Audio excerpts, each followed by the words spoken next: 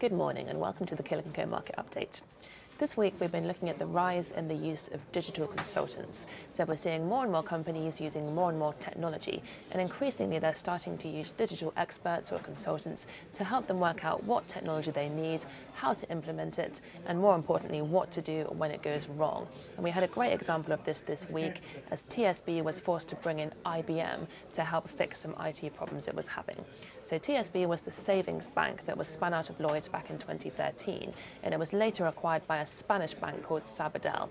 Up until last week, TSB was still using the Lloyd's IT platforms, and then last week they tried to move everything over to the Sabadell platform. So that's 5 million customer accounts and 1.3 billion customer records, so a huge IT project here, and actually the whole thing has gone very badly wrong. Customers have been locked out of their accounts for a week, they haven't been able to make payments to pay contractors, there's been a lot of bad press for TSB, and the situation still is not resolved. So this week they've been forced to announce that they will be bringing in IBM, who are technology consultants, in order to help them resolve this issue.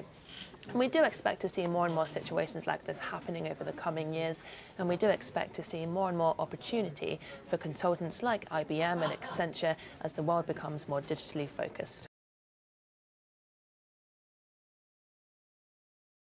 And also this week we've had quite a negative report from the NIC, which is the National Infrastructure Commission, and they've said the state of UK water is in quite a bad way and we really need to invest in our water systems. So at the moment about 20% of water in the UK is leaked before it reaches its destination.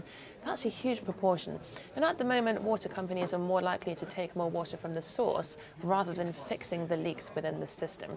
Clearly that's quite bad for the environment, but at the moment these water companies are not really penalised for that. So the NIC is saying that action really needs to be taken and we need to invest more in our water network. And they're saying in their report, which is called Preparing for a Drier Future, they're saying that there's a 1 in 4 chance over the next 30 years that large numbers of households will have water supplies cut off for an extended period because of severe drought.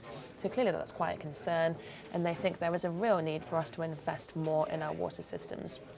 And just looking globally, we are seeing increasing instances of both drought and floods, and I think there is a real opportunity for water technology companies. So this is one of our major themes at the moment, and I would encourage you to speak to your investment manager about the companies within this space that we are following at the moment. And last of all, an update on a media bidding war that was first announced a few weeks ago. So 21st Century Fox, which is Rupert Murdoch's business, they announced a £19 billion bid for Sky. Then Disney announced a bid for 21st Century Fox. Then Comcast announced that they would also like to bid for Sky. This week, Comcast has formalised that and it has come out with a £22 billion bid for Sky. So that's much higher than the original Fox bid. So we'll have to wait and see whether Fox will raise their own bids.